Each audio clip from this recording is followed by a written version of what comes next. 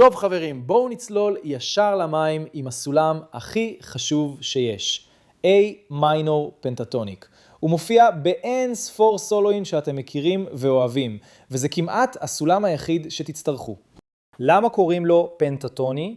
פנטה זה 5 וטוניק זה טון, כלומר סולם של 5 תווים בלבד. בגלל זה הוא פשוט ובגלל זה כמעט אי אפשר לטעות איתו.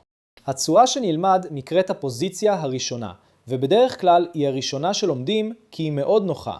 האצבע הראשונה תמיד יושבת על אותו שריג, שריג 5, לאורך כל המיתרים. בואו נבנה אותה יחד, מיתר מיתר. קחו גיטרה ותנגנו איתי. מיתר 6, אצבע אחת בשריג 5, זה הטוב A, השורש, ואצבע 4 בשריג 8. תנגנו. יורדים למיתר 5, אצבע אחת בשריג 5 ואצבע 3 בשריג 7. מיתר 4, שוב שריג 5 ושריג 7. מיתר 3, אותו דבר 5 ו7. מיתר 2, שריג 5 ושריג 8 עם עזרת. ומיתר 1, שריג 5 ושריג 8. שני צלילים בכל מיתר. ועכשיו הכל ברצף, לאט, הלוך ושוב.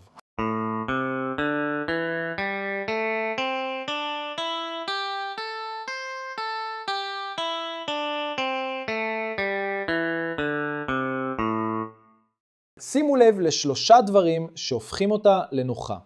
1. האצבע הראשונה תמיד על שריג 5, אז נשאלים במקום ונקי. 2. צורת האצבעות. במיתר השישי אצבע 1 ועזרת. בשלושת המיתרים האמצעיים אצבע 1 ו3. ובשני המיתרים הדקים שוב אצבע 1 ועזרת. ו3. בכל מיתר בדיוק שני צלילים. רגע, ניגנו 12 צלילים, אבל אמרנו 5 תווים? נכון, כי הם חוזרים על עצמם. 5 התווים הם A, C, D, E, G. ה-A הוא השורש, ולכן זה A מיינר. עכשיו הכיף. ניקח ליק אמיתי מהקורס. הוא בנוי כולו מהתווים של הקופסה, ומתנגן ככה.